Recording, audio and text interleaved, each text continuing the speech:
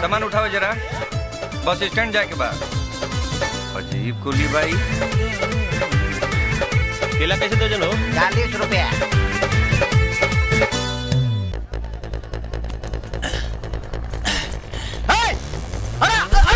चोर चोर चोर चोर! अरे पकड़ा भैया! अरे भैया हमारे सामान लेके भागा था हो। चल वापस रख। कासेट जी लागत कि घर में तू अपना पतों से झगड़ा को गइल बड़ा का? हां इतना लाल टहटह लाल बत्ती खानी कपड़ा पहन के आइल बनी तबो तरह नहीं के बुझाती कुली है कि चोर। हां ए बाबू तू कुली हवा? अरे महाराज गलती हो गई। 18 घंटा से ट्रेन में सफर करत करत हमार दिमाग पचपचा गई। वही चक्कर में पता न का भचभचा के बोल गई हो। हे बाबू गलती हो गई है। अब चला गुस्सा थूका सामान उठाओ। ओके हाँ। गोइंग टू बहारी। हे महाराज दिमाग है खराब हो जाता है एकदम। अब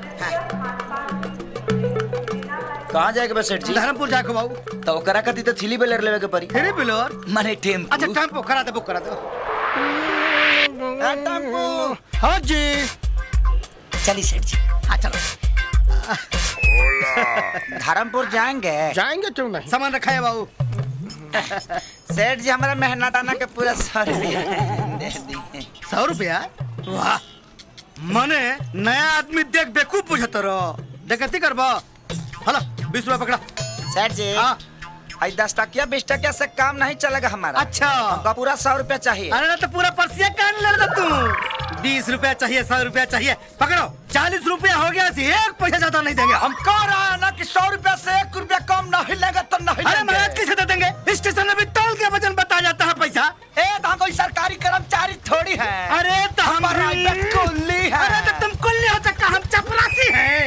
हम कह रहे हैं कि नहीं लेंगे 100 रुपया से कम तो नहीं लेंगे। नहीं लोगे? नहीं लोगे? नहीं। तो घंटे से नहीं लोगे, हम तुमको पैसे में नहीं देंगे। अरे कलवा! अरे काले! अरे हमारे ले गया सामान! ले गया! हमारे रहते हुए आपका सामान कोई दूसरा नहीं लेकर जा सकता है। बाबू पकड़ पकड़। 100 रुपया हमारा। 100 रुपया? ते कुल पकड़ पकड़ ले। पकड़ ले। पकड़ पकड़ पकड़ पकड़। अरे कुल हमारे सामान वाले के भाग रहा है। रे कलवा! कहाँ जाता ना?